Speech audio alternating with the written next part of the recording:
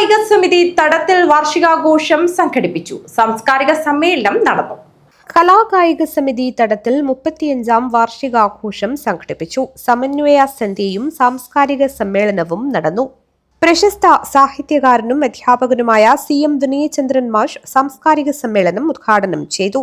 ഒരു ദിവസം വൈകുന്നേരം അവൻ സ്കൂൾ വിട്ട് വീട്ടിലെത്തിയിട്ട് നോക്കുമ്പോൾ അവന്റെ ആട്ടിൻകുട്ടിയെ കാണുന്നില്ല. അവൻ വിചാരിച്ചു ഇവിടെ എവിടെയെങ്കിലും കാണും, പറമ്പിൽ എവിടെയെങ്കിലും കാണുമായിരിക്കും. പറമ്പിലൊക്കെ പോയി നോക്കി, ആട്ടിൻകുട്ടിയെ കാണുന്നില്ല. അവൻ ഓടി വന്നിട്ട് അമ്മയോട് ചോദിച്ചു, അമ്മ എന്റെ ആട്ടിൻകുട്ടി എവിടെ?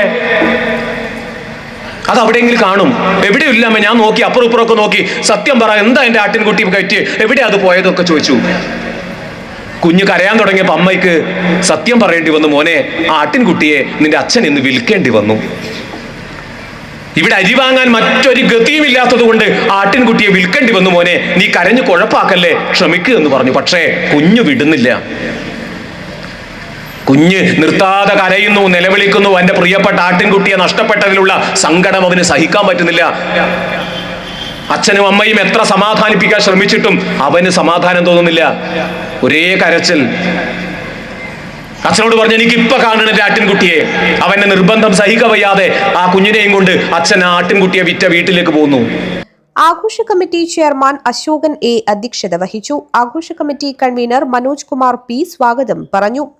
ഷാജി എടമുണ്ട, ഭാസ്കരൻ ചാലിങ്കാൽ, മുരളീധരൻ M, കതീഷ് തുടങ്ങിയവർ സംസാരിച്ചു.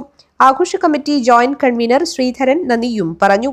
ചടങ്ങിൽ ഗോവ സ്വാതന്ത്ര്യ സമര സേനാനി ഗോപാലൻ നായർ A തടത്തിൽ, കലാകായിക സമിതിയുടെ ആദ്യത്തെ ഭരണസമിതി അംഗങ്ങൾ, സാഹിത്യ മത്സര വിജയികൾ എന്നിവരെ ഉപഹാരം നൽകി ആദരിച്ചു.